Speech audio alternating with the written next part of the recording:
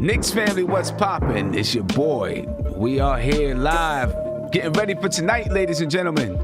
The Knicks play the Nets on ESPN at 8 p.m. tonight, and this is a big game for the New York Knicks. This is a game. If we could pull this off, we make a statement to the NBA. And I know the Nets aren't at full strength, but neither are the Knicks. We can make a statement tonight, ladies and gentlemen. We'll see what the Knicks do. It's going to be a big one. So we got a lot to talk about. Let's get to our panel here. We got Divine, Isaiah, Tony Crow, Chopper's in the building. We got Stephanie. Let's go ahead and start breaking this down. The Knicks versus Nets tonight at 8 p.m. Let's go ahead and let's get this on and popping, ladies and gentlemen. Let's do it. Divine, what's going on with you? How you feeling, man?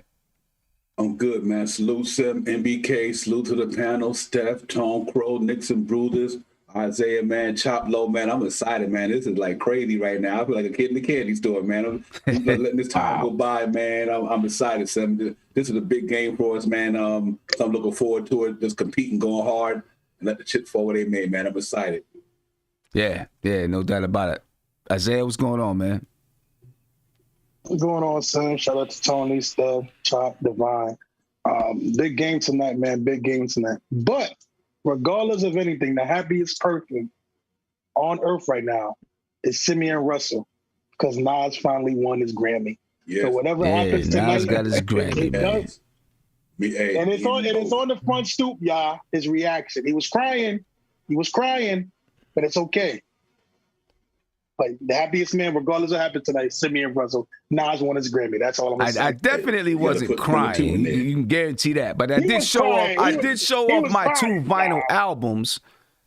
I did show off my two vinyl albums, and I do have a goal of getting the one that I opened, of getting, or the one that's not open, of getting that one signed, get it signed and framed. That's my plans. I don't know how I'm gonna get it done, but I'm gonna get it done somehow, some way. Tony Crow, what's up, man? What's going on, son? Peace, Kings. Peace, Queen. Yo, Black, it's time. Yeah, I'm ready. I'm ready for this game. Statement game. Let's see where we at. It's gonna be a good one. Yeah, no doubt. Steph? I need Divine and Cornerstone Cap. I don't care what the game is. They always pumped up and positive, you know? I would definitely feel much better if we were going in full strength. Well, first of all, shout out to you, Sim, and congrats on your Grammy. I know it was Nas, might as well be yours. And, hey, I'm claiming it too. Okay, yeah, Tony Pro, all of y'all, and to the chat and the panel. I would feel much better if we was going in full strength. You know, this is a national TV game. I want us to win, and if we can't win, I want us to show well. We cannot get blown out tonight, you know. But other than that, I'm happy to be here, and I'm looking forward to the game. Yeah, and that's a big one. We can't get blown out. Without a doubt. We got to come out and compete. You can't get blown out tonight, man. Can't get blown out. Chop, what's going on with you, bro? You know, I see you chilling there with the shades on and everything, probably driving or whatever. What's going on, bro? Yeah, salute. God bless everybody. The panel, Auntie Steph, Tone Crow, my dude, Uncle D, Isaiah, I see you. Hey, listen, man. Yo, Uncle Sim, listen, man, for real. And I know everybody, they got a powerhouse. It's not a powerhouse. They got their own little mini big three. But listen, man, if we gotta come out and attack them and don't get blown out like she just said. If we go into overtime, we gotta stay up to the par with them. If we lose by 2, 3 points, 4, 5, it's okay. Let them show. You know what I'm saying? And the Knicks fan will appreciate that. Like, you know what I'm saying? We ain't getting blown out. We come here to play. For real. Okay. All right. And they definitely don't have a mini big three over there. They got a big three. It's definitely not mini. You can put your money on that one. They got a big three. James Harden, Kevin Durant, Kyrie Irving. Kevin Durant, I do not believe is playing tonight. Okay, so of course that helps out the Knicks. You know what I'm saying? With KD not playing. Who's out? Blake. Oh, right. Blake Griffin is out too, so he's not playing. I guess he still has to go through and pass whatever the league still has to clear him to play. So he's not playing tonight. And of course, for the New York Knicks, we know who's not playing for the New York Knicks, according to Ian Begley, with the NBA's injury report that was 1:30 p.m. We know that Derrick Rose remains out due to health and safety protocol. He hasn't played since March 2nd. And then, according to the report, Elfrid Payton, with a right hamstring strain, remains doubtful for tonight's game against Brooklyn. Emmanuel Quickley with a groin is probable, which means he's going to play. Austin Rivers remains out due to personal reasons. And then, like Stephanie just said, Blake Griffin, knee injury management, is out for the Brooklyn Nets. And Kevin Durant is out as well. And of course, for the Knicks, Mitchell Robinson remains out due to he's recovering from a broken hand. So I want to know, if Elfrid Payton is out, start with you, Divine. If Elfrid Payton is out, do you start quickly? Because you seen last game, Frank Ntilikina started. Tom Thibodeau wasn't happy with the production from Frank Ntilikina. At the beginning of the third quarter, Emmanuel Quickley was the starting point guard. Did the guard change over? Did it change over where he said, you know what, this is it? Starting Emmanuel Quickley, he's going to get his chance to be the starting point guard. Do you think that happens tonight?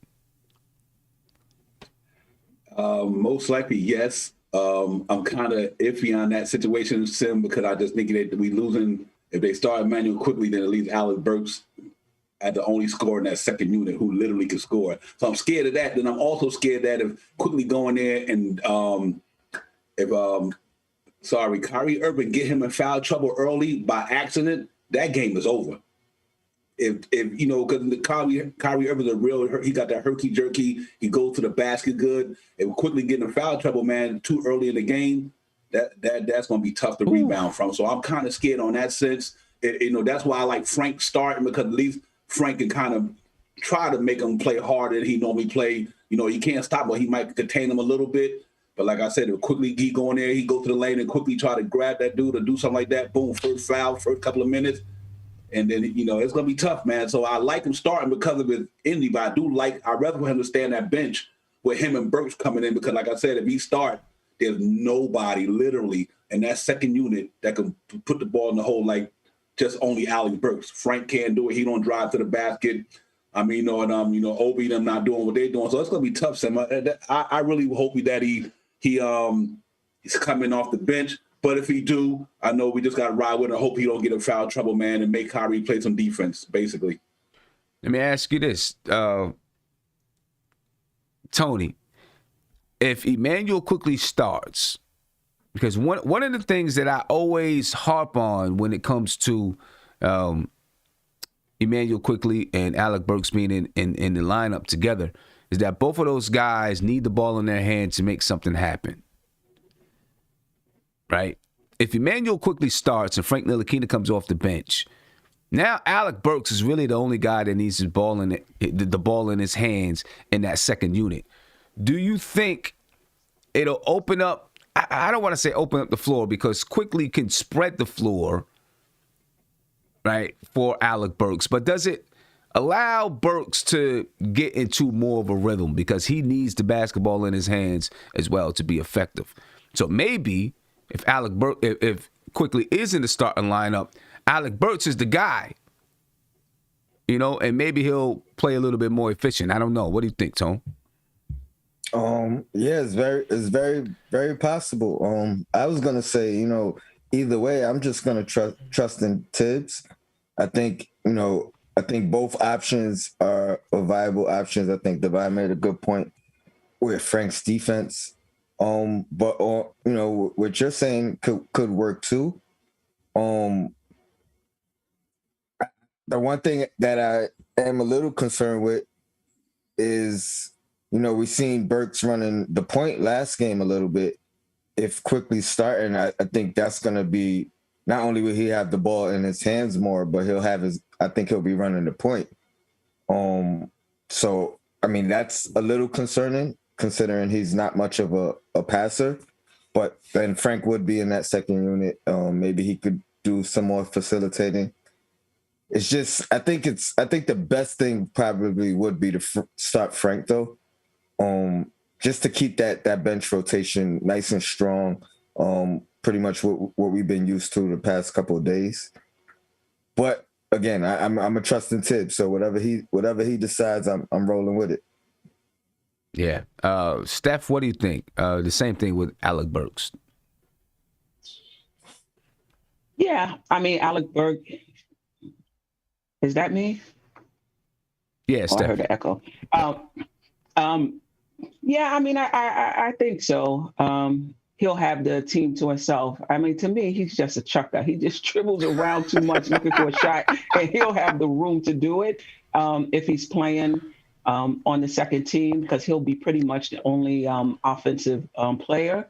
I just want to also get back really quick to quickly starting. They may not put him on Kyrie or Harden. Maybe they could put him on whoever's playing the three for them, and put Burke on either Harden or Kyrie. I'm not sure who plays the small forward position. I don't know. I think it's Joe Harris. Oh, that may be tough too in terms of such a height and strength difference. I would start Frank. I would start Frank. The only thing about starting Frank though, the defensive player is not working. Right? I mean, he'll play good defense on them, but they'll get the rest when they're playing him on the offensive end. So I think it's just a tough call for the coaching staff. I think there's positives, probably negatives either way. Right. And I think the person who's playing in Kevin Durant's spot is Bruce Brown. I think he's the guy who's getting to start. Okay. So maybe, and, he's a guy that's been, he can shoot the three, right? Move off the ball. He can do a lot of things. Maybe that's a guy that, if Quickly does start, you might put Quickly on, right? You might put him on a Bruce Brown, and let RJ defend Kyrie or let Reggie Bullock defend Kyrie and let RJ defend James Harden. Either way, it's going to be a tough cover for whoever's guarding those guys. You know what I mean? Correct. It's going to be a tough cover. There's no way to get around that. I don't know. I don't know. It's hard to say with Tom Thibodeau. The fact, though, that he put Ntilikina on the bench and started IQ in that second half tells me that maybe he wants to see what IQ can look like in that starting unit, at least without Elfrid Payton and Derrick Rose there. Because it did, albeit we were playing Oklahoma City, who didn't have a lot of players available, it worked against OKC, right? It worked in that third quarter. So I guess we'll find out exactly what Tom Thibodeau was thinking a little bit later on this evening. I'm pretty sure we'll find out that starting lineup just before game time. Now, if by some reason Elfrid Payton is available to go, then Elfrid Payton would start, I think, right? Because he has experience playing defense on Kyrie Irving and James Harden and those guys. So, experience right here, I think, will trump all. Kev, what's going on with you, man? Talk to me. Your boy Frank Ntilikina. Look at him about to get us pumped up. Yeah, he is. Your boy Frank Ntilikina. What's it gonna be for Frankie tonight? What's it gonna be for Snowfall tonight? What's it gonna be for him? Is he gonna get the start? Is he gonna get more than 7 minutes? Because I do think we need his defense, but is he gonna get it? Talk to me, Kev. You're the Frank whisperer. Well, you are bad. Salute to the chat. Salute to my sister, my brothers on the panel. See, I look at this a couple of things, and I got to go back to the Oklahoma game. He had an opportunity to kind of earn the trust of Tibbs, leaving him out there and, finishing the game. And unfortunately, he did not take advantage of it. He got those 2 quick fouls, and I'm assuming that it just wasn't flowing. So that's the reason why he didn't put him in. So that's one aspect of it. For this game right here, if it was anybody else, for this game right here, he has to start him. If he doesn't start him, he has to use him dramatically. The reason why I say that is because Kyrie is going to eat our lunch. He's going to eat our lunch, dinner, and get a midnight snack against Quickly. At least with Frank out there, Frank's long arms, his defense will somewhat solidify a little bit of what Kyrie's trying to do. Kyrie will look at Frank and be like, "Oh man, okay, I got to deal with these long arms. All right, I got to try and maneuver and try and get my shot off." If he sees Quickly, it's like, "Oh, I'm gonna take him to school all day." And then when they also, I guess, work the pick and roll or whatever you want to call it, if they could make it switch so that Quickly could be on Harden, then you're looking at Harden's going to be like, "Oh man, I'm going to take this little guy." With Frank, you can't do that, and Harden knows this because Frank has played Harden very well. We have won many games, but he's played him very well. So I would say start him. Mm-hmm. I would say start him. And if you don't start him, he's got to be in there, a lot of the game. He's got to be in there a lot. And even if it's towards the end of the game, you got to have him in there because of Frank's versatility on the defensive end, you definitely need. I'm not saying he has to run it. I mean, on offense, just give the ball to Randall or whoever and let them orchestrate. Give it to RJ. Let them orchestrate. Doesn't matter. You need Frank out there with his length and his mental toughness on defense. And that's all I got to say about that. I mean, this is a defensive this is a defensive matchup that we have to win. Okay. But one more thing. If Tibb wants to win, he's got to put Frank out there. That's it. Okay, so let me ask this. I'm gonna come to Josh, then I'm gonna come to Big Bubba. Let me ask this, because Kev said defensively is where we got to get it done. But let's be realistic. You got James Harden, you got Kyrie Irving. How much are we really shutting them down to the point where it stalls their offense? They average 120 points per game. Correct. How much are we really shutting them down? And is that the philosophy? I mean, obviously we got to go play defense. We know that. But are we really shutting them down? But Sam, you may not, but you could slow them down. You've got Frank and his long arms, and you have Bullock. Now, I've heard you say time in and time out how when people hate on Bullock, you say, well, we need his defensive versatility. I've heard you say that plenty of times. Yeah. All right. So you have Frank and you have Bullock out there sticking those two. How can you not be what's the word for it? Encouraged by that, to having those two out there on defense? Because my thing is this. They got two of the best offensive players in the league today, without a doubt, and maybe even all time. Kyrie's one of the best finishers. But hold on, listen up. And for this matchup. Okay, all right. No matter what, they're going to score. Yeah, Kyrie is one of the best finishers that you've ever seen. All right, and we know what James Harden is going to do and can do. Putting Frank out there, does he shut down those guys? Does he shut down Kyrie to the point where the Knicks do not need to score? Well, obviously they need to score, but do not need to score as much as the Nets normally score. Right? Or do you need to put out a lineup that you think, hold up. Do you need to put out a lineup that you think could, if Quickly comes in and he's hot, can score with these guys so that you can match them in that manner? You know, obviously you still got to play defense, but do we play defense so good that we think we can shut them down if you put Frank Ntilikina in there? Josh. Salute the panel, salute the chat, salute everyone out there. Hope everyone is doing well. All right, Kev, I'm going to agree with you partially. Because the Knicks are a team that's built on defense. I need a drink.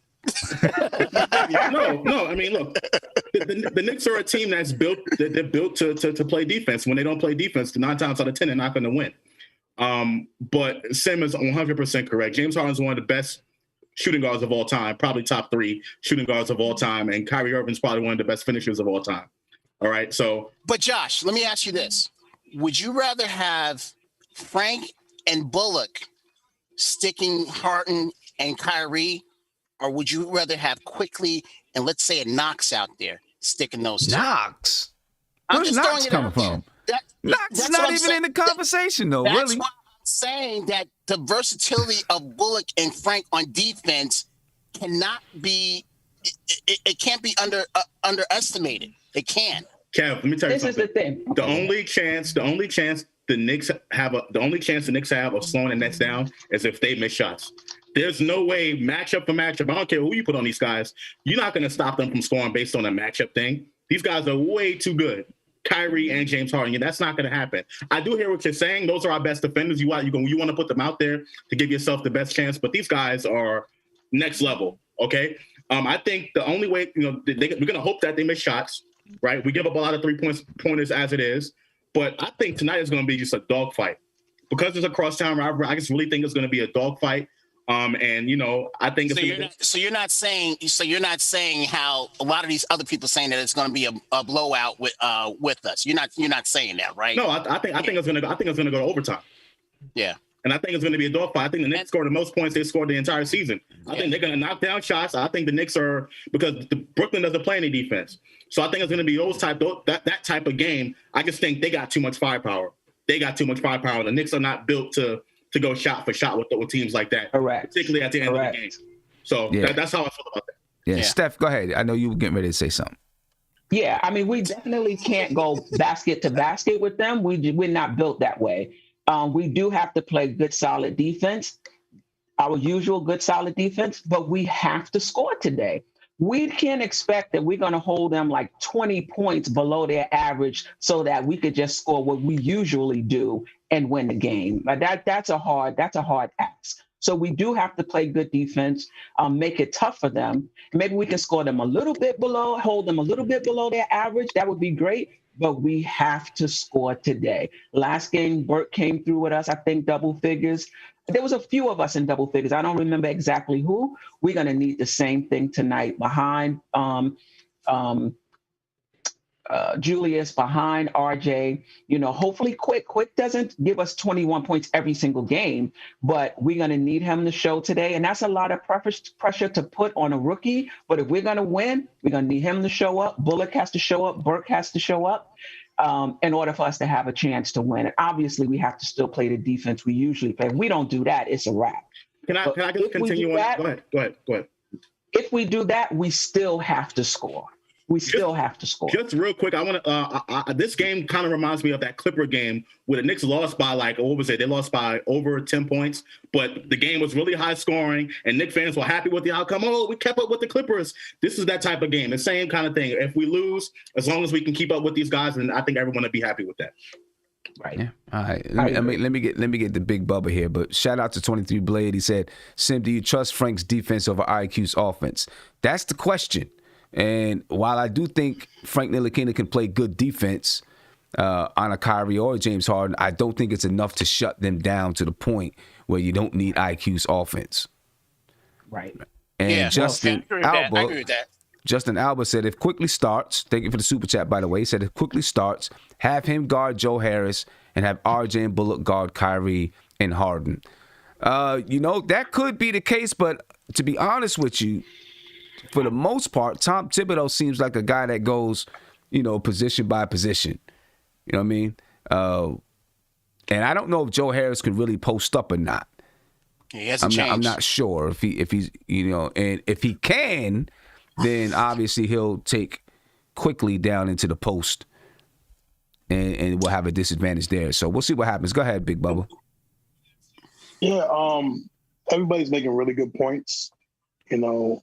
So in my opinion, right, I'm going with Frank tonight, Frankie Smokes, because this is what I believe. I believe that, you know, looking at Frank's history with against James Harden and Kyrie Irving, I do think it would be a difference. And I understand people are trying to go scoring for scoring, but sometimes if you go into your opponent's expertise, I feel like you're trying to do something that they're doing. You got to stick to your guns. Because at the end of the day, right, I think everybody's trying to say Frank's going to stop. No, you don't stop NBA superstars. You just can't. What you can do is slow them down. Yes. And when I think with Frank, right, if we could get Kyrie Irving, and Kyrie Irving has had these kind of games, we could get him on like a 11 for 25, 26 shooting. That's a win. That's a W. Yeah, I agree. You know, if you could get him to one of those games, and my thing is, you know, it's going to be tough, but you might have to let James Harden eat. But if you get, I think you can. I'm sure you can stop Kyrie Irving more than you can stop James Harden. So if you let James Harden do his thing, but we can stop Kyrie Irving, I think we have a good chance that we bucket down on defense. And then you let Quickly, to me, with the second unit, go do his thing with them, because the bench isn't really that good. And you know, so you let him work like through that, and you give Frank. Listen, if I'm Tom Thibodeau today, I understand how people feel about Frank scoring, but I'm telling this boy, yo, don't worry about scoring. Your job is to slow down Kyrie Irving. That's your job today. Because he's done it in the past. And if he tells him that, he's going to listen to him. Because like we say before, Frank always listens to what the coach says. And so I do that.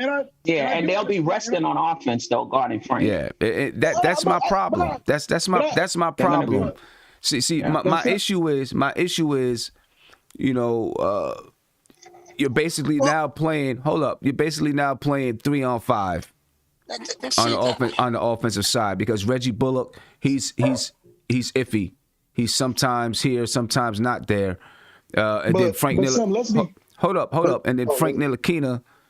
You already know, sometimes Frank Ntilikina can get hot, sometimes he can't. What Frank Ntilikina does not give us, and we've seen it each time that he started, is he gives us no ability to penetrate, to get to that second level of the defense.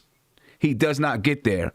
Quickly can at least get to that second level of the defense. Even if he floats it up, he can get to that second level, which collapses the defense, right? So that you can have some people open on the outside. Frank Ntilikina doesn't give us that. Well, he doesn't collapse the opportunity. When is he had the opportunity? When you have Randall and Barrett doing that for us, when does he get the opportunity for it? Bro, so let me ask you, hold up, one at a time. Hold up. Why is it that Elfrid Payton can get to that second level when he's out there with RJ Barrett and Julius Randle? Whether or not he makes the layup, he can get to that second level. Emmanuel Quickly can get to that second level. Derrick Rose can get to that second level. Why is it that Frank Ntilikina can't get? And I like Frank Ntilikina, but it's just, to me, he doesn't provide that penetration into that paint enough. You know what I'm saying? And so that's where I'm worried. My thing is, with IQ, I don't think, Isaiah, you were saying playing their game. I don't think we're trying to play their game, because if Elfrid Payton was here, Elfrid Payton would be starting. It's just when you're talking about the matchups and who you want to play between Frank Ntilikina and IQ, now you're in a situation where you have to make a decision. So you might say, you know what, we need a little bit more scoring this game. We're going to go with IQ. But you know what, Dustin? But you also got to be fair to the Brooklyn Nets, right? Because if you minus Kyrie Irving and James Harden, I mean, it's going to be pretty much 3-on-5 too, because after Joe Harris, and I think Joe Harris is more of a 2.5 because he doesn't really go off the dribble. He's a setup shooter. So, I mean, other than that, it's going to be pretty much even. I mean, not even scoring, but you know what I'm trying to say, that position-wise, we don't have to worry about DeAndre Jordan. We don't have to worry about Jeff Green or whoever, or Bruce Brown. So it's more about, to me, I understand that if Frank doesn't score, I feel like you're worried, but to me, it's a little more even if Frank plays defense and does what he do on Kyrie Irving or James Harden, whoever Tom Thibodeau tells him to get. And then you have to worry about James Harden and Joe Harris. I mean, it's not. It's bad because of those two, but after you get past those two, it's not as bad as far as scoring options for the Nets because they really don't have that many after that. If he scored 10 last game and scored 10 against Milwaukee, would that ease your doubts, Sim? Say that again. About him starting? If who? If Frank had scored 10 points against OKC and scored 10 points against Milwaukee, would that have eased your doubts about this matchup right here about him starting? No, listen. When you look at the lineups, and you know what, when I say 3-on-5, it's even worse than that because Nerlens Noel doesn't score either. So now you're really talking about two. Hold on, you're talking about 2 on. Okay, if you want to say, listen, when I'm looking at the lineups right now, everybody on this Nets lineup without KD can still get them a bucket. Okay, James Harden, Kyrie Irving, Bruce Brown, Joe Harris, DeAndre Jordan. Okay, they can still find a way to score the basketball. DeAndre Jordan can post up if you ask him to. He can get you a couple buckets there. Obviously, he can get the lob. All right, Bruce Brown can knock it down from 3. We know what Joe Harris could do. All right, look at our lineup. All right, we're talking between Elfrid, IQ, and Frank. Then you got Reggie Bullock, RJ Barrett, Julius Randle, Nerlens Noel. The only 2 out there that can definitely get you 20 at least on any night is RJ Barrett and Julius Randle. Nerlens Noel ain't doing nothing. Reggie Bullock ain't. And if you got Frank out there, now you got 3 people. Wait, time out. Wait, time out. No. Are you saying that?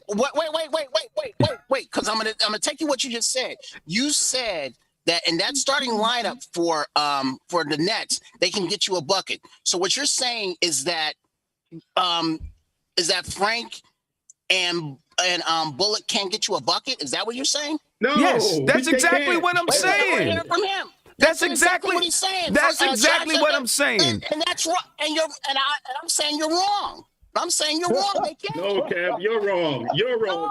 No, I'm not. That's ridiculous. If you would have said, now I agree with you about Noel.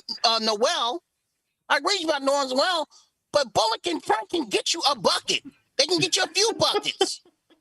Maybe not. I think they more or less talk about if they getting it off the dribble. Right. I mean, like if he got the ball in his hand, can he create a shot for himself? I think that's what they're getting at because Frank can get a bucket, man. Yes, I've seen Reggie. I've seen Reggie when he gets the ball, dribble it and take a jump shot. I've seen that happen. They can do that for you. What it is that it may not be as automatic. It may not be as automatic as the Nets starting 5. What we're talking about now. That's what a bucket is. That's what a bucket is. Come on, man. 9 times out of 10, that's a cop out. That's a cop out. No, I mean. Listen. And I seen someone say DeAndre Jordan can't post up. Yes, DeAndre Jordan can post up. He may not do it all the time because he's not needed to, but he can post up and score. Okay, you know what I'm saying? We're saying that. Then we're not needing DeAndre Jordan. So come on now, bro. Yeah, and we're not needing. We're not needing Frank and Reggie to score over 10 a game. That's why we're not. But that's why we have Reggie in our starting lineup. That's why we have Reggie, and that's why we have not Reggie. That's why we have Randall, and that's why we have Barrett. Those are our 1 and 2 guys. Okay. Let me in the NBA in scoring. And then whatever we get from the other 3 is gravy. No, listen, Kev. You have to understand something. Hold up. First of all, yes, DeAndre Jordan can score in the post, especially on Nerlens Noel. All right, I don't. That's just crazy to think. I just don't like selling our guys short. That's all I'm saying. Hold up, Kev. Hold up.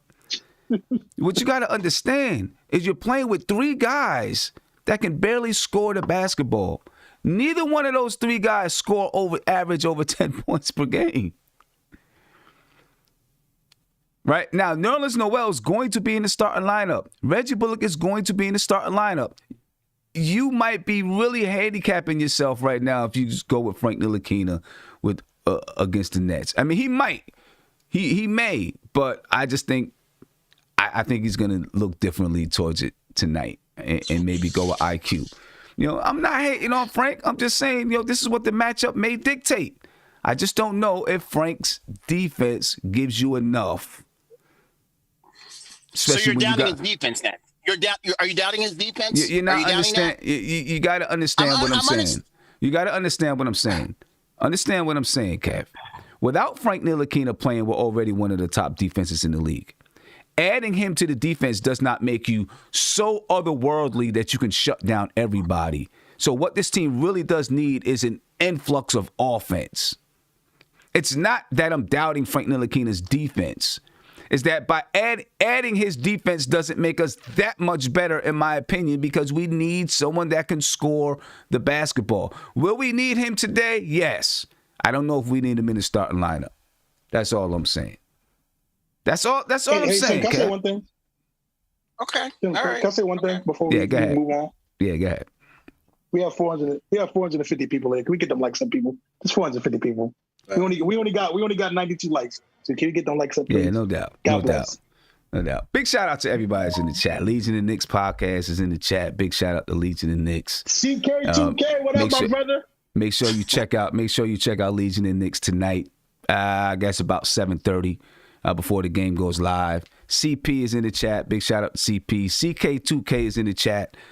So big shout out to you guys, and whoever else got a podcast is in the chat. I'm not going to mention Cooking with Chef Zay because you never know when he's going to cook anything else again. So I'm not even going to mention Cooking with Chef Zay. First of all, please, everybody, Cooking with Chef Zay is the best cooking show / mix show in the world. We are going to be back soon. Don't you worry about it. And haters are going to hate, don't appreciate. It's all right. We all good. It's all love over here. Not worried about that. Let me get to a couple of phone calls here, man. Get to a couple calls. Caller, you're live. What's poppin'? Hey, what's going on, sir? This is Dre from Virginia Beach, Navy veteran, and big time watcher of the show. Shout out to the Panda. Hit that thumbs up for your boy, Sim, man. Appreciate you, man, and much respect to you, man. Appreciate you for serving our country. Exactly. Man, amen. Oh, man, I appreciate it. Nobody's ever told me that as long as I've been here. Okay, I see how it is. I see how it is. Okay. You jealous, man. Yeah, go ahead, man. I think you got a couple people in the military. They dope. I rock with y'all for real. I just wanted to jump in and chime in on the Frank thing. Man, shout out to Cornerstone Kevin. I really love Frank, man. Frank is really my guy. But as a starter, I don't think he's really going to be that one for us. And, he's way more effective coming off that bench with IQ. I think, man, I hope that think of Payton as a savior, but I hope Payton is back today so he can play for us starting. I think Frank and IQ off the bench is way more effective because the Nets they have to run with Kyrie and Harden, either one of them on the court. So I think off the bench, you can have Frank guarding that one person. They're not going to do much because those guys are superstars, but it's way better than Frank starting. Because like you said, if Frank is starting and Julius Randle's not getting us 12 assists, we're not going to win that game. So, I don't know. Yeah. I'm with you, man. That's my whole thing with Frank starting. That's my whole thing, man. We're going to need him. I just don't know if you need him in the starting lineup tonight. Yeah, I don't know about the starting thing. I don't know about that. Yeah. Hey, I appreciate you, man. Appreciate you too, son. Thank you for taking the call. Peace. Get to it. And I don't know, Uncle Fulio, thank you so much. Uncle Fulio, thank you so much for your service. And can someone please tell me what Legion and Knicks is talking about? I don't know. He said, I came after him. I shouted him out. How'd I come after him? Hold on. So can I say this? Let me say this. Oh, no. Let me get to this phone call. Caller, you are live. What's popping? Yo, what's up, Sims? Yo, what's going on with you, brother? How you feeling? I'm okay. How you feeling? You remember me? I'm the dude who said he's trying to get a Randolph jersey the other week. I was going to give me a Randolph jersey. Oh, yeah. I remember. Yeah. Yeah, well, I'll order it. I'm getting that tomorrow. Let's go Knicks. All right. Did you get it customized? Well, I guess you can't since you got Randolph on the back, so you can't get it. I mean, not Randolph, Randall on the back.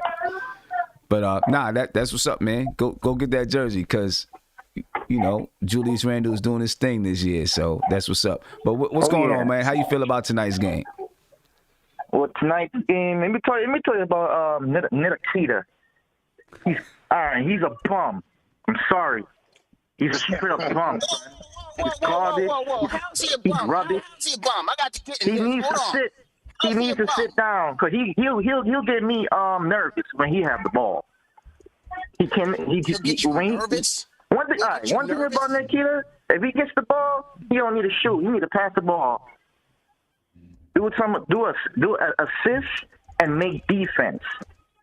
Okay. But overall, yeah, that's his job. That's what he needs to do. You know what I'm saying?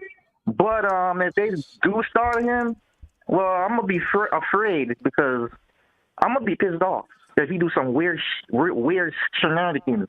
But anyways, I don't know. I heard Emmanuel quickly might be the starter tonight. There's a chance. But I don't know. There's a chance. We don't know what Tibbs is gonna do, but you know, there's a chance. We'll see what happens. Okay. Yeah. Well, if the Knicks just be they're the underdogs right now. If they just stay be underdogs, they don't care about any team right now that's better than them and all. All they gotta do is play countable defense and they'll be okay. Because once they play defense, I know there's gonna be frustrations on the Nets and stuff. You know what I'm saying? They gotta do some weird defense. Cause I remember the last game when the Knicks was playing the Milwaukee on the first couple of seasons. Mm-hmm. Milwaukee wasn't scoring. What's his name? Akatika Kumbo, whatever his name. I can't pronounce it right, but he was like shocked. He like, why the heck my team is not scoring? You know what I'm saying? So that's what the Knicks need to do with the Nets tonight. You know what I'm saying? Keep doing that. The key is defense. All right. Defense wins championship. Now you're right about that. It's but obviously they got two of the best scorers we ever seen on that squad. Yeah. So we'll see what happens. Hey, my man, yeah. I appreciate your call, bro. All right, go Knicks. All right, have a good one, man. Be easy. One thing I did want to say, Big Bubba has said that he thinks that the Knicks need to, let James Harden go ahead and go for his. I kind of disagree with you. I kind of disagree with you because I think if you can find a way to make Harden a scorer, because right now Kyrie is the scorer. No. Yeah. Kyrie is the scorer on this team right now. James Harden is the distributor. Leading the league in assists. Exactly. If we can find a way to make James Harden a scorer, because he's the one who's getting the Joe Harrises and the DeAndre Jordans and the Bruce Browns. He's getting those guys involved. He's not worried as much about scoring 35. He's letting Kyrie do that. So Kyrie's going to have the ball going boom, boom, boom, boom, boom. That's another thing about having Frank Ntilikina out there. Kyrie don't have to worry about running the offense. James Harden is running the offense. So now it's a little bit different when now, he's not coming down looking to try to get people involved and Frank or whoever is putting pressure on him. But now he got the ball on the wing. He's like, move out the way, let me go. And I think that's a little bit different than when he's trying to organize the offense. If we can find a way to make James Harden be a scorer so that he's not getting everybody else involved, that could benefit us. But so my thing is though, right? The reason why I'm saying I'd rather let James Harden eat, because at least what I know is, so if Kyrie opened the scoring, right? The thing with Kyrie is that James Harden doesn't have games where he shoots a crazy, wild, inefficient game. Kyrie Irving is more likely to do that. And if you can stop Kyrie, like I said, let James Harden eat, I just think it'd be a little bit better. This is me. This is how I'm thinking strategy-wise. I think it would just be easier to because we don't have a three that's on the level to really to make James Harden really like Reggie Bullock really can't guard James Harden. Frank Ntilikina really can guard Kyrie Irving. I'd rather trust Frank guarding Kyrie and making him have the unefficient game versus letting, Reggie Bullock all night guard him, because I think it'll be tough. Because if you have Reggie and RJ on him, I think he's still gonna, he's gonna do his thing. I'd rather let Frank do that. And I've seen Frank stop Kyrie. I don't think anybody on the Knicks that's a wing-wise can really stop James Harden. So that's why I'm saying I'd rather let that happen versus letting James Harden do what he's doing. You know what I'm saying? I agree with you partially, but the only thing that's wrong, that's not wrong with your argument, but wrong with that logic is the Nets don't care about efficiency. They jack up shots. They shoot the ball. They don't care about efficiency versus inefficiency. They care about the totality of the points. That's all they care about. We should care about that, George, because if they're having an inefficient game, that's playing into the Knicks, and we're going to have a chance to win this game. Because again, right, if you let Kyrie goes 11 for 27, you can't ask for nothing better than that. You know what I'm saying? You can't act. If James Harden maybe shoots 14 for 35 or something like that, who knows? But if they have an inefficient game, that's going to be more better for us. We actually have a real good shot to really win the game then. My only thing is what is scary with Kyrie is that, again, he does not need to orchestrate the offense. Okay? So now when you put Kyrie out on the wing and he doesn't have any other responsibility except to go score the basketball, it makes him dangerous. It just makes him really, really dangerous. And to me, that's why I think if we can make James Harden a scorer and not a distributor, that'll benefit us. That'll really benefit us. It's going to be interesting tonight. It's definitely going to be. It's going to be an interesting concept tonight. I don't know. It's going to be something. Let me get to a phone call here. Caller, you live. What's poppin'? Hey, so soon. This is Riley from New York. Hey, what's going on with you, man? How you feeling? Doing pretty good. I had called like a couple of weeks ago when we had like a 4-game trip that was going on, and I thought we were going to go 1-4, but we actually went up going 3-1 when we had the Pistons was that final game. So just want to say that we did pretty good in that road trip. So our team is really doing good.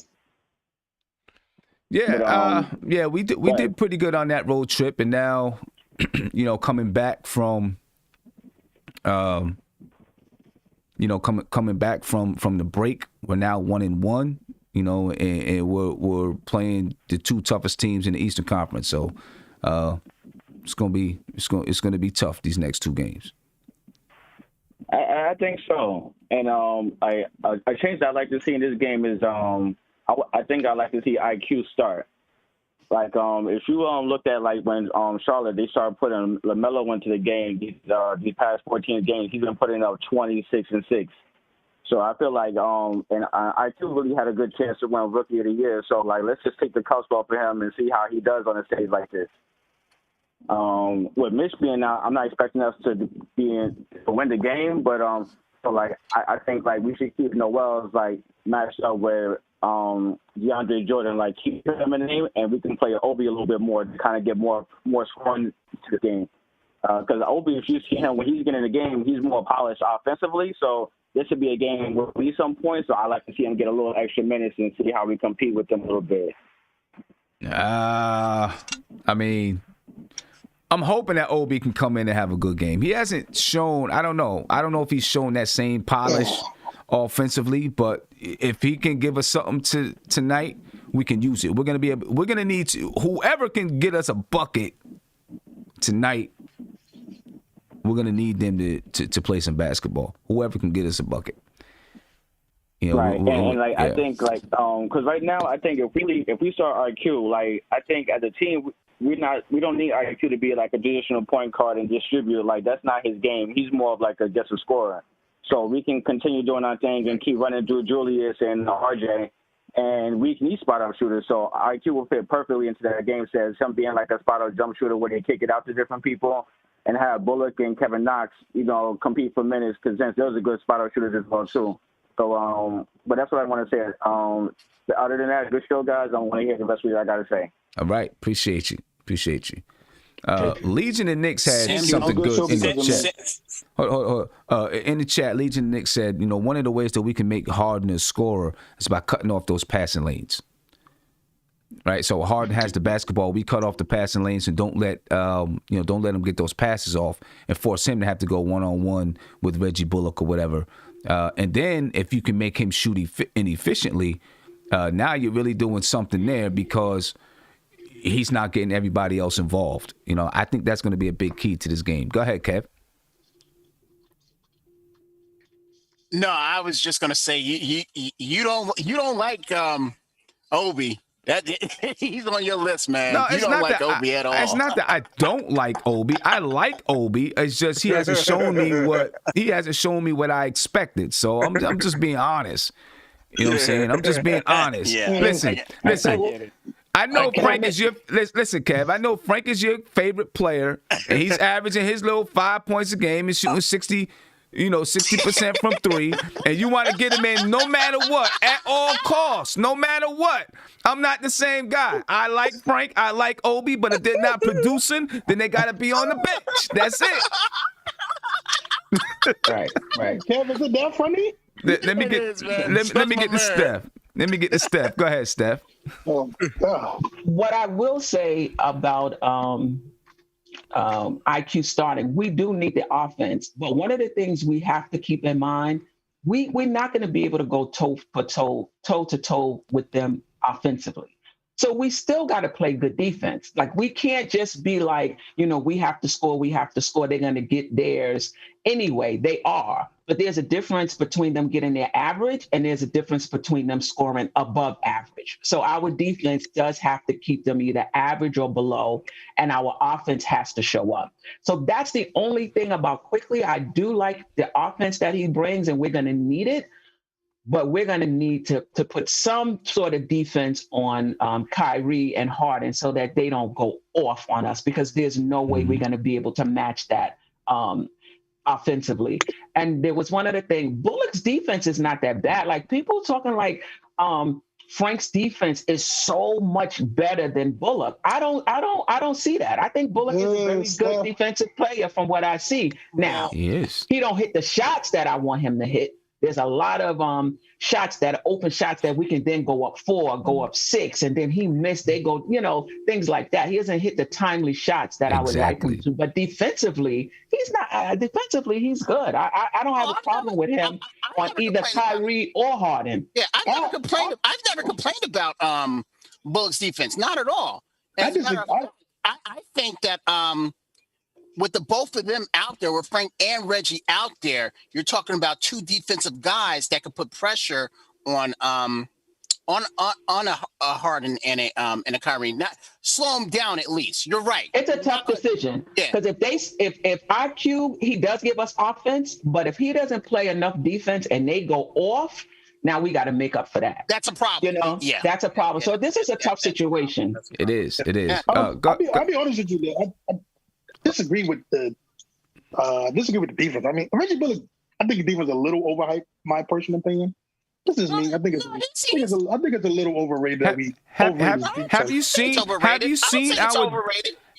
our defense when Reggie Bullock is not playing? I just think it's a little overrated. That's just my opinion. No, I'm just asking you. Have you seen our defense when Reggie Bullock isn't playing? Yeah. Have we won a game? Have we won a game when Reggie Bullock hasn't been in the lineup? He probably did. I'm not shocked that he did. I don't think we have. I don't think we have. Right? I think we got blown out every time he wasn't in the lineup. Our defense was really bad. Yeah, because we got blown out because Reggie Bullock didn't play. Okay. Oh, come on. You can't say no. It's a correlating fact.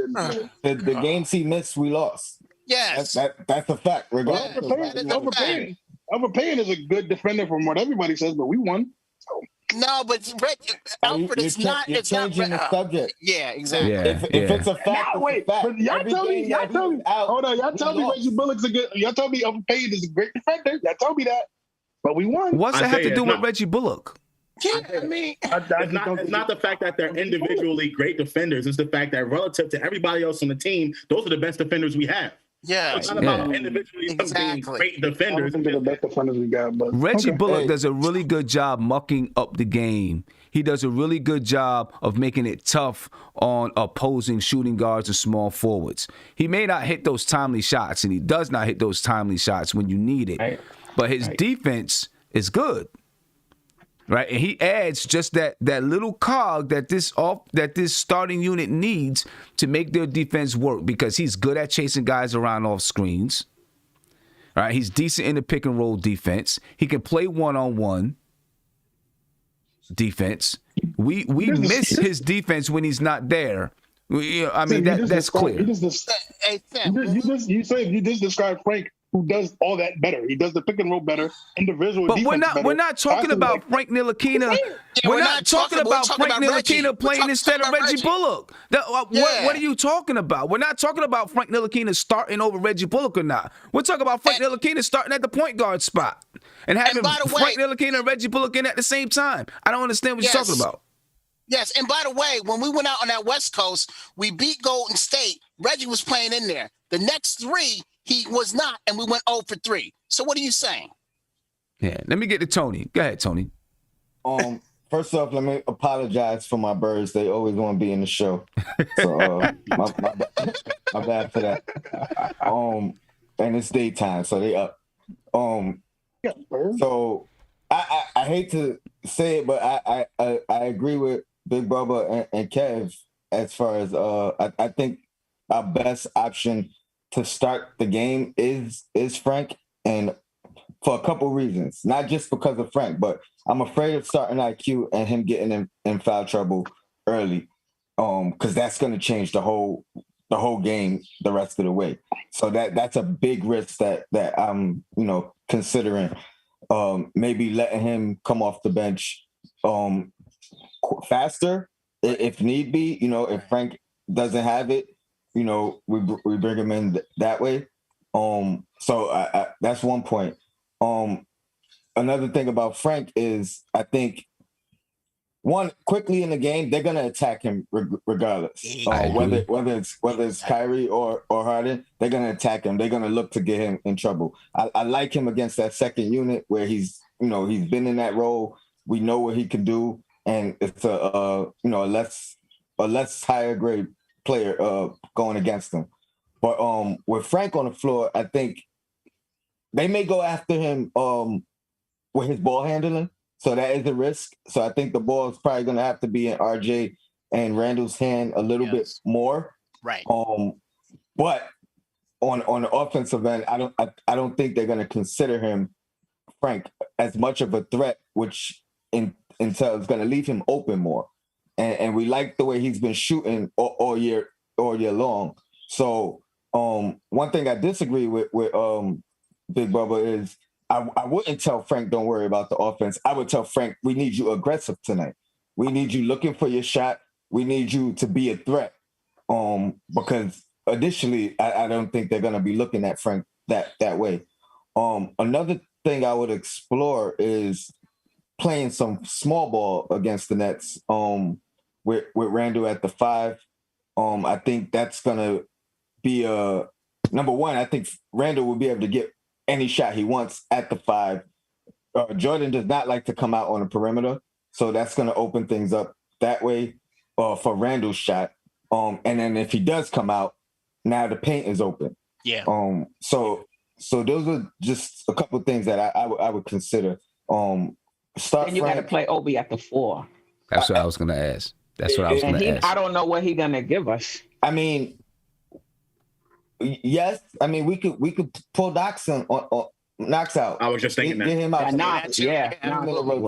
Let him get some floor burn, and that really opens the floor. Now we're playing 5 out. In some cases. So I would really consider small ball lineup, not necessarily starting a small ball lineup, but I want to see it in the game. I think that could be really effective. And their liabilities on defense, that whole squad pretty much. So absolutely. So we got to explore options to get us buckets. I know Frank is not a scorer, but he has been shooting well. I think he'll get open shots tonight. He's going to have to be aggressive, whether it's starting or off the bench. But that's all I wanted to add. Sim, I'm going to mute myself. If you could just put the button up so I can unmute, and I'll just wait till I'm going to speak. All right, all right. Let me get to Devon. Hold on, okay. Let me get to Devon, because I haven't heard from Devon in a while. I know he probably got something to say on this topic. Oh, yeah, man. It's all good. I'm with Tone Crow. I agree with Tone Crow on a lot, because I think Emmanuel Quickly is more important to the Knicks than Frank Ntilikina tonight. So what I mean is, you don't want to lose. You don't want to lose Emmanuel Quickly tonight. If you lose Emmanuel Quickly, that game is over. It's over. If you lose Frank, you still got a chance to win. But if you lose Emmanuel Quickly tonight, that game is a wrap. So we already got firepower. We got 2 scores in the first unit already. So keep him in there with Burks in the second unit, where you got firepower in the second unit as well. Because you can't have all the firepower in the first unit. Then when the second unit come in, we don't have no firepower. What about if Burks have an off game tonight? Because he's inconsistent. We done. So I like even if you start Frank and give him 5 minutes, at least don't. I don't want to Emmanuel Quickly as a rookie to coming in tonight in a game like this here. And the stage is big. He might reach on Kyrie, 1 foul, boom. So now what happens? Every time Kyrie get the ball, he have to pull back because he don't want to get a second foul. That's the only thing I'm scared of for as starting quickly. Other than that, I just think that Tom Thibodeau going to roll with this 10-man lineup, what he's been doing, the 9, whatever. He's going to substitute the way he's been substituting. The Knicks just got to bring that defense they normally play every night. I hope we can get some more consistency from a couple of other players. Like I said, Detroit played them 193. Could have been an off night for the Nets last night, or whatever. But they played Detroit. It was 195 or something like that. So the Nets haven't seen the defense like ours. Let's not get this twisted. They haven't seen the defense like the Knicks. You know what I mean? And so they gonna have to compete hard too. You know, the Kyrie was not walking in there just scoring 40 on us. That ain't happening. I guarantee you. Thank you. They are not gonna do that on the Knicks. They could do that on a lot of other teams in the league.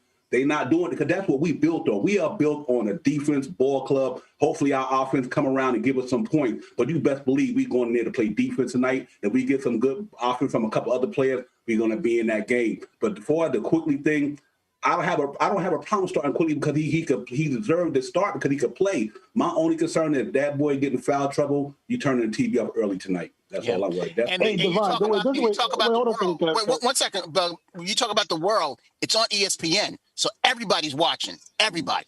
So go ahead, Big Bubba. Thank you, finally, Kev. Thank you. Shut up. So Devon, so we got to be careful, right? We got to be careful because we did get blown out by the Nets when they only had Kevin Durant. So we have to be careful. We got blown out.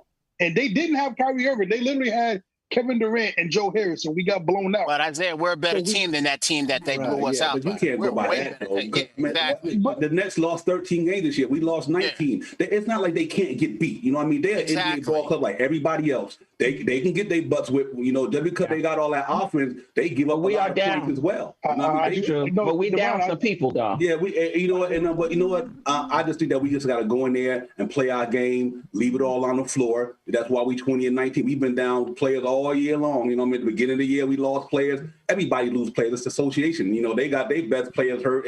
But I want the Knicks to just go in there and compete tonight. If you don't win the game, that's fine. Lose by 2 or 5, but go in there and let the people know that the Knicks is real. We ain't no joke. If we lose that's how I think the game is going to go. That's how. But let's go in there and show them that the Knicks is real. We ain't here to fight, compete, go hard. We the number 3 defense in the association. We've been locking a lot of teams down. And I don't think James Harden and Kyrie Irving's a cakewalk on us tonight like people think they is. Ain't like they playing some old scrub team. The Knicks got good defenders out there. Reggie Bullock going to make it harder. He might not stop them, but he's going to make it hard on them. R.J. Barrett is going to make it hard on them guys. Now, I'm saying they're going to throw 40 up on us. I don't believe that. I don't. You go into a game thinking that you're going to lose. You're going to lose. Right. Basically. I don't think the Knicks are going into the game thinking they're going to lose. No. It's just all about how do you strategize against them. The thing is, another thing that I worry a little bit about too, if Tom Thibodeau decides to start Frank, it doesn't matter to me who he starts, to be honest with you. But also, you don't want to. These guys they may not need a couple minutes to get warm. They can come right out and be ready to score and get buckets. And, I just get a little nervous that, sometimes we start off a little shaky offensively. You know what I'm saying? Mm-hmm. You need someone like Quickly that can get you some buckets. I don't want to, he comes in and we're already down 15. You know what I'm saying? Because then we don't have what it takes to. I don't think we have the offensive firepower to get back into the game if we get down 15 against this team. Against other teams, of course we have. Be a little bit tougher against this team, I think. It's going to be interesting to see the way that they go. Let me get to Nate and JD, see what these guys think about tonight's game. I want to talk a little bit about Julius Randle, what we expect from Julius Randle tonight. The last game he played the Nets, he came out, he played very well against KD. He won't be going up against KD tonight. He'll likely be going up against Bruce Brown or however they decide to do that lineup. I don't know. He should be able to have Julius Randle should be able to have a pretty decent game tonight. Come out. I would like to see him get close to another triple-double. That's the Julius Randle I think we need out there tonight. Not one that's necessarily going to just put up 35 or 40, but a guy that's going to be able to put up 28 but give you 10 assists, because that means he's getting other people involved, because we need as many people being able to score the basketball tonight as possible. Nate, talk to me. You think Julius Randle can do that? Now, obviously, those guys got to hit the shots, but go ahead, Nate. Yeah, Julius Randle should have a really good game. I agree with you. He needs to be a playmaker and get others involved, because Julius Randle scoring 30 or 40 points ain't going to cut it. We need guys. We need Barrett to score. We need Bullock to score. We need some help in the point guard position, whoever it is. We need other guys to score. The thing I worry about with this Nets team is everybody talks about Kyrie and Harden, which they should. This team is more than that. This team has Joe Harris. This team has Brown that can score. This team has Shamet. This team has got guys that can put up buckets at times. And I would be shocked if the Knicks hold this team under 100 points. I will be shocked if that happens. I just don't think – I've told you this before. These two guys, and Kyrie and Harden, are premier scorers. And it is very hard, no matter how good a defense you play, it is very hard to shut two of the best premier scorers down, especially Kyrie, the way he's been playing lately. It's going to be a test of the defense. If this defense holds this team under 100 points, we've got something really good cooking here in defense. Yeah. But it's going to be hard. It is going to be very hard, and we're down people. They're down KD, but I just don't like the matchups for the Knicks. I think there's a lot of shooters, and we have a hard time sometimes getting out on those shooters, and the Nets do shoot a high clip from three. And that's worries me. So Nate, are you going in there saying we're going to lose the game? Or is that what you're saying? Yes, we're going to lose the game. Wow. So listen, the last time we played the Nets, they had super duper balanced scoring. We lost 116 to 109. All right, we made a run in that. Scrubs we made a run in the fourth quarter to make the game closer. To make it a game down the stretch. Kevin Durant had 26 points and 6 assists. Jeff Green had 11 points. Let's not forget about him, because he can. He can come in and play some basketball. DeAndre Jordan had 9 points and 12 rebounds. Joe Harris had 15 points. He was 3 for 8 from the three-point line. Jeff Green was 3 for 4 from the three-point line. Kevin Durant was 3 for 5. Obviously, Durant's not playing. Bruce Brown, he had 15 points and 14 rebounds. All right, he's a 6'4" guard. Mm-hmm. All right, and I'm going to circle back to Bruce Brown as well. You had Chris Chiozza. He had 3 points. Timothy Cabarro, however you say his last name, he had 13 points. Reggie Perry, a guy, that none of us know about, he had 11 points, 5 rebounds. Landry Shamet, he had 13 points. He was 3 for 7 from the three-point line. All right, they had out of all of their players, they had 1, 2, 3, 4, 5, 6, 7, 8, 9 players play. 7 of those 9 players were in double digits in points. Okay. And add Claxton to that list too.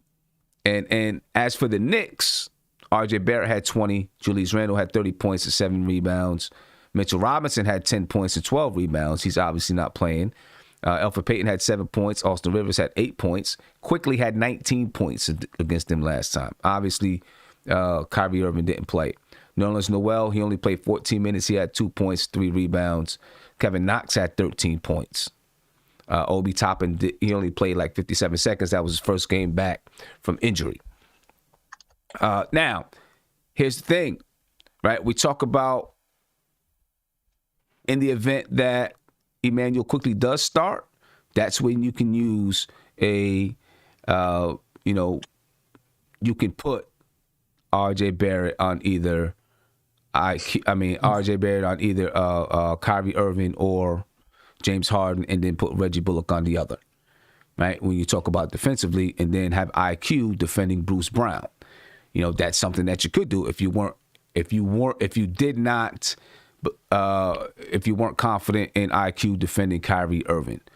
If he starts Frank Ntilikina, then he'll probably put Frank Ntilikina on Kyrie Irving, Reggie Bullock, or RJ Barrett on James Harden, and then the other guy on whoever else on Bruce Brown. Now, here's also a problem.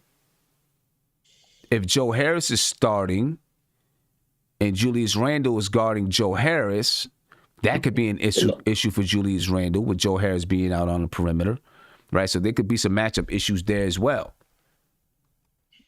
right? Joe Harris is 6'6", Julius Randle is 6'8". He should be able to defend him on the perimeter, but that means he's got to chase him around. I don't like Julius Randle having to chase him around, because that's taking a lot of energy away from Julius Randle and what Julius Randle likes to do, right? So that's something that I'm not excited about, but he may not have a choice but to have to chase Joe Harris around. So that's another factor that we're going to have to look into. And this team plays offense fast. They moved, the basketball moves, guys are cutting. When we played them the last time, they played, it was boom, boom, boom, boom, boom, shot. Boom, boom, boom, boom, boom, shot. You got Mike D'Antoni and Steve Kerr over there orchestrating that offense and how these guys ought to play. Steve Nash, not Steve Kerr. Orchestrating that offense and how it ought to be. And, when you don't have these guys can move without the basketball, and they got shooters. Right? A lot of movement, a lot of cutting, a lot of screening, and the ball is flying around. Pop, pop, pop, pop, pop. So that's another thing that we got to look at. That's difficult to guard for anybody, no matter who it is. JD, what's going on, man? What's going on, Sim? I'm good. You guys hear me? Yeah, we can hear you, man. All right. Salute to everyone. Uncle Fulio, Isaiah, Steph, Kev, Crow, Devon, Nathan, the chat. Man, it's a lot of us here. Is there a big game going on tonight? Nothing bigger than that you got on, though. He got jokes. I like this guy. I don't even know what to say. I don't even know what to say anymore. Everybody wants to have their 2 cents on this game, but we're all hyped up for this game, man. Listen, this is going to be a tough one. I think, you were alluding to a few things, Sam. I think this game is going to be really all about us. There's just not, Kyrie and Harden, they're 16-4 in terms of those two players together since the trade. Without Durant, that's 16-4. They've won 12 of their last 13 games. Mm-hmm. And James Harden shooting, he's on pace to have a career high shooting 40% from 3, with Joe Harris is shooting 51% from 3 in Brooklyn. And so, and even last game we played them, we allowed them to shoot 40% from 3, and they didn't have a lot of their players. And we talk a lot about, facing offenses that can expose our tendency to leave open 3-point shooters. This is not the game to do that. This is not going to be the game to do that. And so I think it's going to be about what we can do. If you look at the Oklahoma City performance, that's the type of production we're going to need tonight. We're going to need Reggie Bullock to hit 4 threes, minimum again. We're going to need Alec Burks to give us 13, 15 points. We're going to need RJ not to score 32, but we're going to need him to, have 20 plus minimum. And we're going to need Randall to be an all-star, and we can talk a lot about what they do and it is what it is, but being what we have with injury, the only way we have a chance and we can keep up with, like, I understand we're a ranked top defensive team, but there's times where you could be the best of defensive team in the world. But when you're playing such a high-powered offense, the pace is automatically going to go into their favor. And so, but I'm hyped. We winning. I don't care. We winning. Get that. We're gonna win. I hope so. I hope so. Listen, they shoot 40% from the 3-point line. I think that's like second in the NBA. We can't let, and it's going to be hard not to let them get loose. Let's just be real with it. It's going to be hard because of who they are. And James Harden and Kyrie Irving can draw so much attention, it almost automatically leaves shooters open. This is the reason why I say with James Harden, if we can try to make him a scorer, then maybe we can cut off some of those passing lanes like Legion said. Try to make him a scorer. Don't let everybody else get involved if it's possible to do that with James Harden. They average 120 points per game, 44 rebounds a game. They average 27 assists a game. That's second in the NBA. Both teams around 6.5 steals per game. They average 5.5 blocks. We average 4.7. Both teams around 13 or 14 turnovers per game. They shoot 50% from the field, basically. They shoot 40% from three. We're shooting 45% from the field and 37% from three. They average 80% from the free throw line. We're averaging 77. They score more points in the paint than we do. They score 48 points in the paint. We score 46. Second chance points is about even. We're at 13. They're at 12. They average 14 fast break points per game. We average 7.8. And give me just a second here. You're breaking up. Yeah, pretty bad. Hey, man, you got the Kuzma connection. Hopefully my audio is back now. There we go. There you go. Okay. You sound better, man. Yeah, hopefully pay your bill, man. Pay your bill. Hopefully my audio is back now. Isaiah hooked me up with his Verizon company. That's all I gotta tell you. That's all I gotta tell you. He hooked me up with his Verizon company, and I've been having issues ever since. Don't blame Verizon. You the one still who's Mark the Nixon. But when you have a chance, can I say something about that Bruce Brown matchup? Yeah. Let me do this real quick. Yep. The Nets are led by Kyrie Irving in scoring at 27 points per game. James Harden in rebounds and James Harden in assists. James Harden is leading the league, I believe, in assists at 11 per game. DeAndre Jordan is averaging about 1.41 blocks per game. The Knicks are led by Julius Randle in scoring about 23 a game. He also leads us in rebounds at 11 and assists at 5.7. And Nerlens Noel leads us in 2 blocks per game. I think I just said that. But go ahead, JD. Yeah, we talked a lot about potential matchups, defensive matchups, based on the situation we're facing with having Rose out, and Peyton, as far as I saw last night, was being reported as doubtful.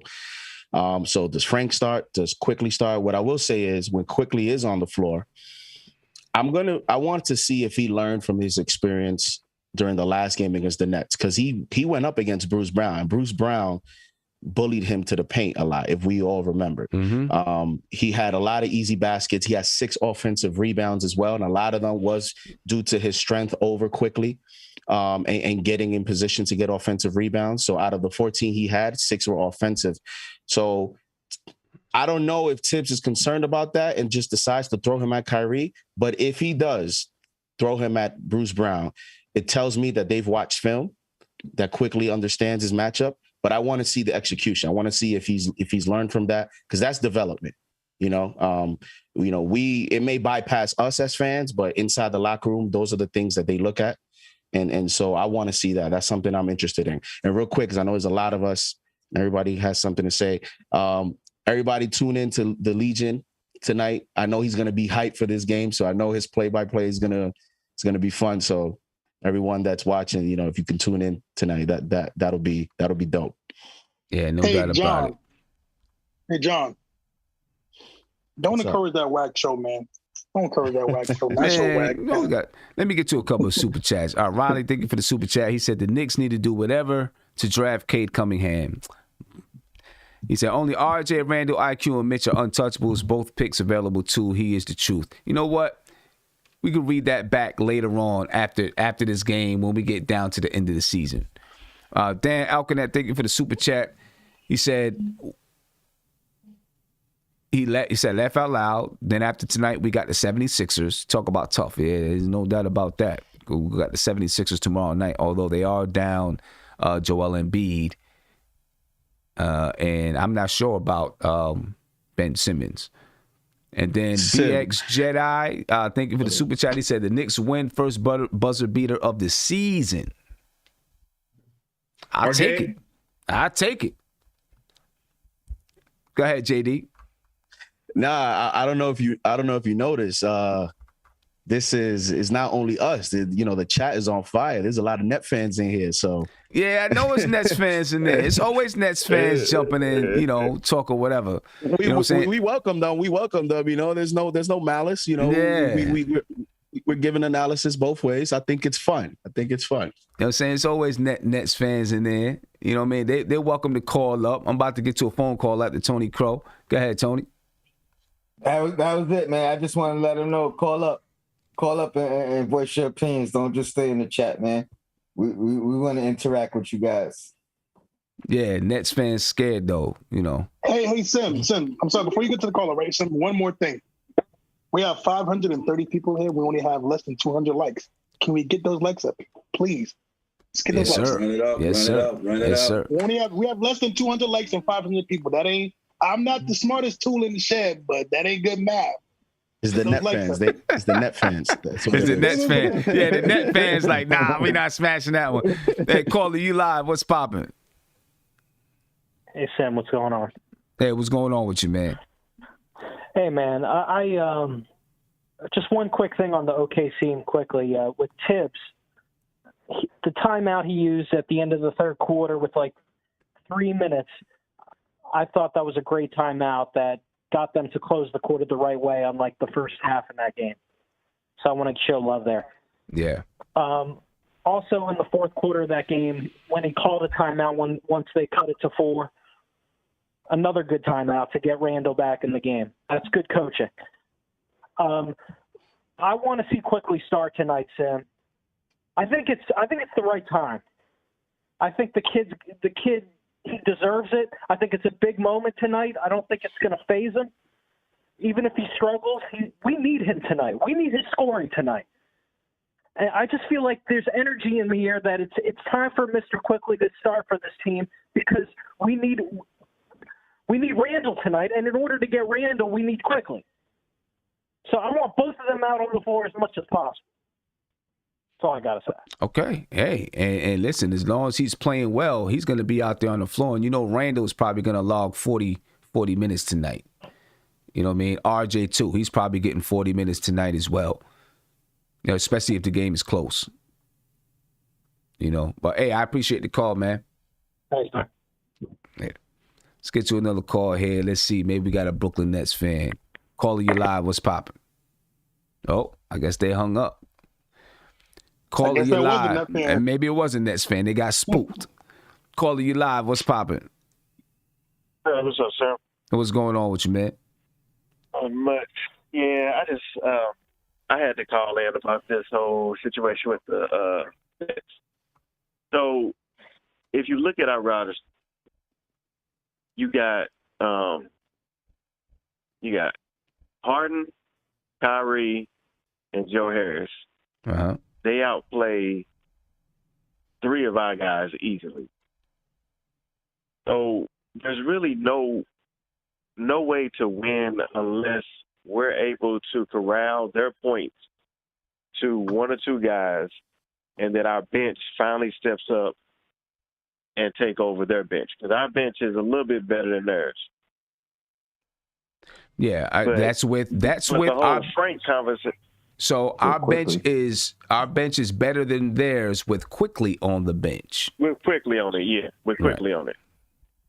And the whole Frank conversation is, it's getting kind of frustrating to hear about a player that won't even be here next year. I mean, we already know Frank and Kevin Knox have more value outside of New York than in New York. So they will be traded or they will not be re-signed. And, we're using them right now, but to talk as if they're doing something to help us propel to the next level is foolishness. I mean, listen, I'm not ready to say that Frank is not going to be here next year. You never know. Everybody. No one thought Elfrid Payton was going to be here this year either. So you never know, especially if they're looking to make some moves and they need some, some cheap players. He could be, right? Because they don't have to give him a qualifying offer. They can choose not to give him a qualifying offer, and then he becomes an unrestricted free agent. So we'll see how that works out. And then Kevin Knox, he'll be here unless he gets traded. He'll be here next year because he's still under contract. Right. They picked up his ops. They picked up whatever it was. They picked it up for next year. His option for next year. So after next year, they'll have to decide whether or not they want to give him a qualifying offer as well. Yeah, I look at how Tibbs rolls and how he does things. Mm-hmm. I have a feeling that Burks or Bullock or both of them will be back next year. I have a feeling that Peyton, he may not come back. It just depends on what we do in the draft. But Tibbs loves his vets. He does. Ain't no doubt about that. It's frustrating because I would like to see Frank shine. I mean, I think he's a better option than Bullock on some nights. But, it is what it is. With Tibbs, we got to accept the fact that he's going to go to win. And the guys that he trusts is who he's going to play with. And if you don't trust Kevin Knox, he ain't playing. And if you don't trust Frank, he ain't going to play.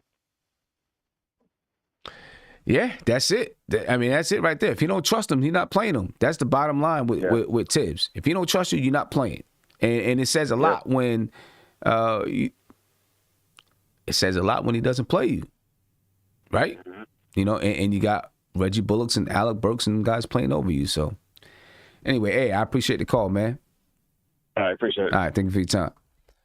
Big shout out to Will Notes. He said, "There's no such creature as a Nets fan." I'm going to give one more chance for a Nets fan to call in, and then I'm going to get to some final words so I can get the basketball practice. I know Kevin Durant got a burner account. Come on, Kevin. Caller, you're live. What's popping? What's going on, man? What's going on with you? How you feeling? I'm doing good, man. How you doing today? I'm good. Waiting for this game. Excited for this game tonight. Me too, man. We got to get a win here. As a Knicks, we got to do something, bro. This is crazy. We on the cusp of having a decent season this year. Yeah. It'd be nice to get us a win tonight. It's going to be hard. This is going to be playing the bomb squad. Yeah, this is one of the toughest wins you can try to pull out. It's going to be tough, but they are a beatable team. There's no doubt about it. Everybody in the NBA is, but it's going to be a tough game because not only we go play Milwaukee or Utah Jazz, they look at it as just a regular game. But when Brooklyn looks at us, it's more than just a regular game to them too. That's what makes it a little bit tougher on us playing against this squad because it's not just a regular game to them. They might say that, but it's a little bit more to them too, just like it is to us. In a New York game. Yeah, exactly. Which makes it, they got a lot of guys. Obviously, James Harden, maybe he doesn't feel the rivalry the same. He will after a little while if he doesn't right now, but that it just makes it a little bit more, makes the game worth a little bit more. So it's gonna be a tough one. But hey, my man, I appreciate the call, and we go ahead and I want to get some last words from you guys, and I'm gonna head out of here so I can get the basketball practice that starts at 4:30. I don't want to be late. Divine, let me get to you. Start with you. Go across the board. Yo, salute to everybody, man. Great show. Salute to the panel. Salute to the chat. It was everybody that had the great comments and thoughts today. Hey, man, the Knicks versus the Brooklyn Nets, man. The weather of the game is going to be a fun game, going to be a exciting game. I'm looking forward to it. Now, I really believe we just, go play our game, man. That's all we can do. It's the consensus is that the Nets is going to beat us. I mean, you can ask everybody on this panel, they're going to pick the Nets to win. So that's consensus. But me as a fan, I want to see my boys get in there and throw an upset up in that joint, shake up that comments a little bit, bring our A game to the forefront. Julius Randle take it personal and let them know that that's the reason why you were the all-star, because the numbers you put up, R.J. Barrett. Knicks just go in there, have fun, play a defensive ball game. I hope we can get the same offense that we got in OKC a little bit. And anything can happen. Detroit won 195. If Detroit could do that, the Nets might have had a bad game. So I'm not saying they're going to have a bad game. But you know what? I like our chances. I like our team. I like the way we built. So let's go get it, New York. Knicks fans, have fun tonight. Enjoy the game. We see y'all on the post game, man. Let's go get it, New York, tonight. Right. Tony? As always, shout out to the chat. Shout out to the panel. Slim, as always, keep doing your thing. Yo, Black, it's time.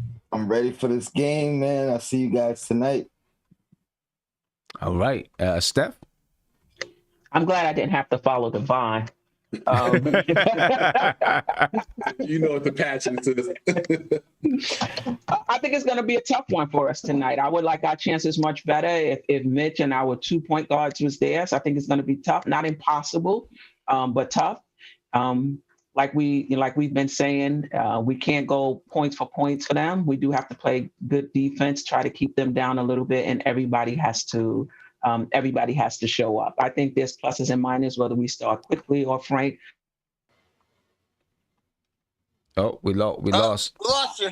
Oh, there she is. Yeah, your volume. Your volume went down, Steph. There you go. I think it's back. It's there. Okay. I just want us to show well on national TV, and maybe I shouldn't be concerned about it, but we watch the Knicks every day, so we know this is a new Knicks team, new organization. People who are casual fans, if we go out there and get blown out, it's the same old Knicks, and now I got to hear the same old thing over and over again. Right. So I just want the rest of the world to kind of catch up with what we already know, and that the organization is different top to bottom, and we're on our way up. And I think us playing well tonight, win or lose, will help in that respect. Yeah, no doubt about it. Kev, Cornerstone Kev, Frankie Hive President, whatever else you want to call him. Milk Dud. Milk I'm Dud. gonna get you, Josh. I'm gonna get you, Josh. I'm gonna get you. I need my Knicks to be flawless like water. When you put water into a cup, it becomes the cup. When you put water into a tea kettle, it becomes the tea kettle. Now, water can flow, water can crash. They just have to be water. Just be water. What if you put water? What if you put water in mud or dirt? What happens to it? I can't do it. Yo, tell me that, Bruce Lee. That's what I was getting at, Bruce Lee. Just give me a great effort. That's all I want. I just want to show up tonight. Give me a great effort. I'm not going to say we're going to win. I'm not going to say we're going to lose. Well, I am going to say that we're going to win. But just give me a great effort. And that's all I want. I just want them to show up tonight. That's it. All right. JD?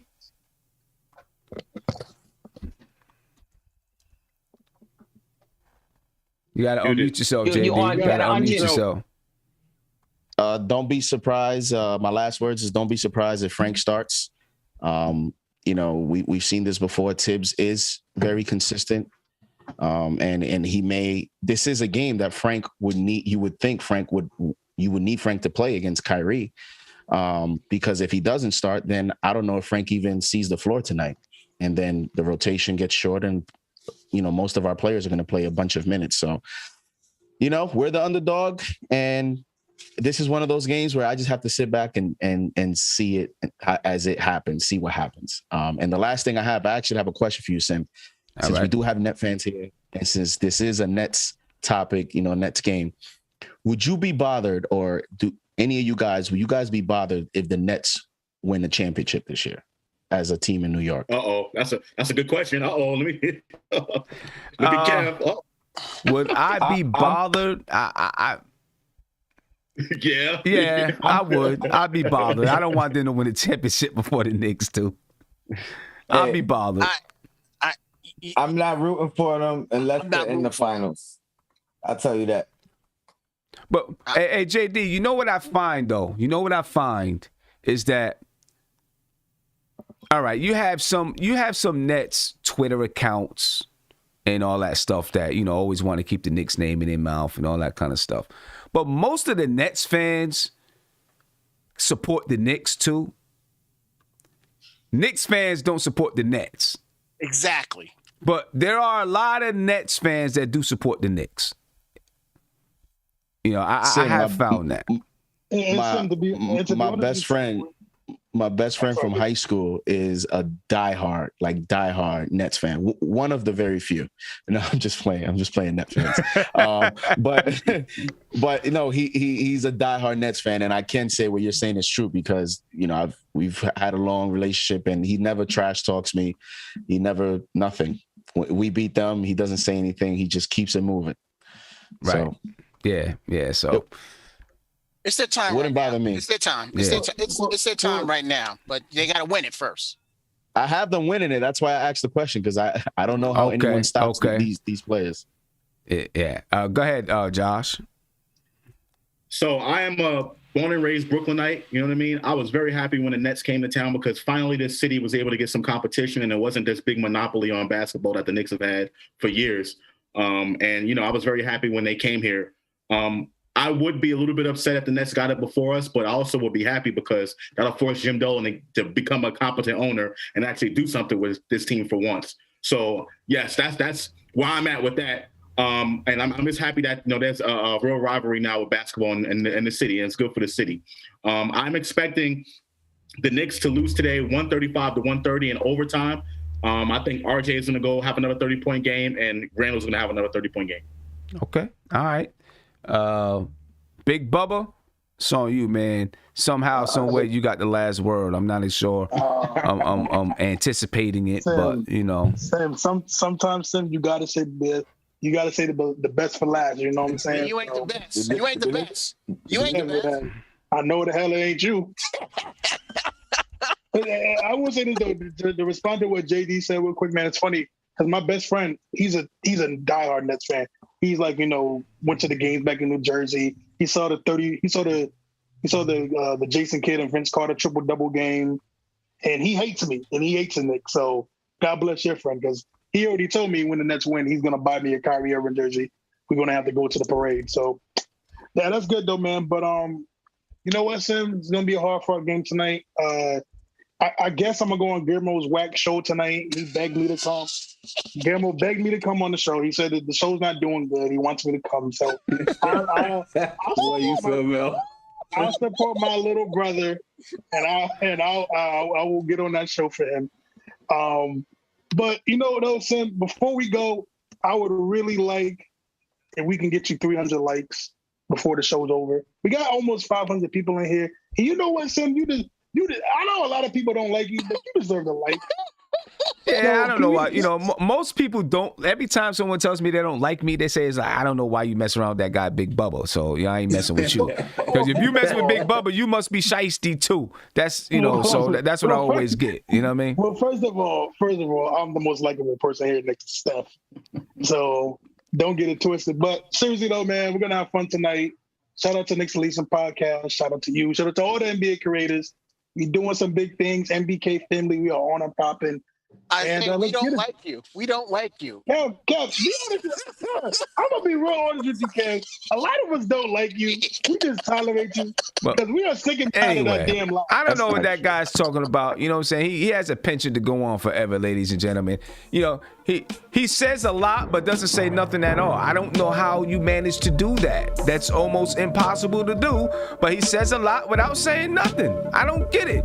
Anyway, please, ladies and gentlemen, subscribe to the channel right now. Subscribe to the channel. You see my man JD got the MBK hat. It's dope. Yeah, Josh got the MBK shirt on, without a doubt. And if you want to get some gear, man, right below the video, there's a whole lineup of gear down there. You can click on it. Ladies and gentlemen, I appreciate you guys. I'll catch you tonight about 10:45 or so after the game, after the Knicks get this win. Brooklyn Nets fans, we need you to call up. Let's get up out of here. We'll catch you guys after the show or after the game tonight. Be peaceful, ladies and gentlemen.